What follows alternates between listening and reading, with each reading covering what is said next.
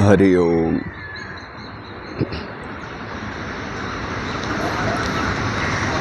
ભગવાન કૃષ્ણને મહાભારતના યુદ્ધમાં એમ થયું કે લોકોને અર્જુનના પરાક્રમનો ખ્યાલ નહીં આવે. તો અર્જુન કૃષ્ણનો સખા છે. અમરકોશમાં લખ્યું છે, એકાક્રિયો ભવેન મિત્ર સમપ્રાણા સખા સ્મૃત. કોઈ એક કામ માટે બે વ્યક્તિ ભેગી થાય એનું નામ મિત્ર, પણ બેયના પ્રાણ એક થઈ જાય એનું નામ સખા. તો અર્જુન ને કૃષ્ણ સખા છે. બીજું, સમાખ્યાતો સખા સ્મૃત, સાથે ખાઈ શકાય એને સખા કહેવાય. ત્રીજું,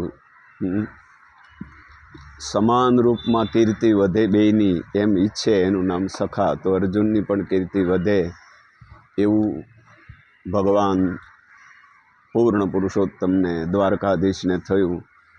એટલે મહાભારતનું યુદ્ધ ચાલુ હતું. અર્જુનની પ્રતિજ્ઞા હતી કે સૂર્યાસ્ત સુધીમાં જયદ્રથને હું મારીશ. એમ નહીં કરું તો હું અગ્નિ સ્નાન કરી લઈશ, દેહ છોડી દઈશ. તો એવી કટોકટીના યુદ્ધમાં ભગવાન રથ ઉપરથી નીચે ઉતરી ગયા. પોતાના ઉત્તરીય વસ્ત્રથી ઘોડાને આમ સાફસૂફ કરવા લાગ્યા. અર્જુન કે, શું કરો છો? તો કહ્યું, ઘોડા બહુ થાકી ગયા છે, હવે એને પાણી પીવું છે અને થોડો રેસ્ટ જોઈએ છીએ. અરે પણ અત્યારે કટોકટીનો ટાઈમ છે. તો પણ હું શું કરું, ઘોડા થાકી ગયા છે. એણે તો ઘોડાના રથમાંથી અલગ કરી નાખ્યા.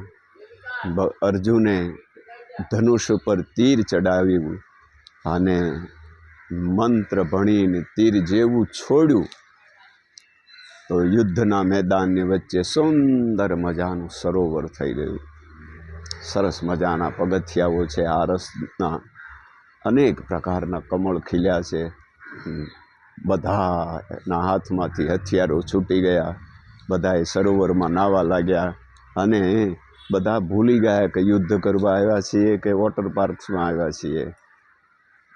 ઘણા સમય સુધી આ ચાલ્યું. કૃષ્ણ ભગવાને પણ ઘોડાઓને નવરાવ્યા, પાણી પાયું, પાછા રથમાં જોડ્યા અને ભગવાને અર્જુનને કહ્યું કે હવે ઘોડા ફ્રેશ થઈ ગયા.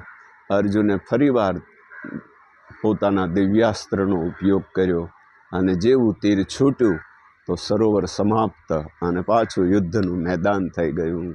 તો અર્જુન,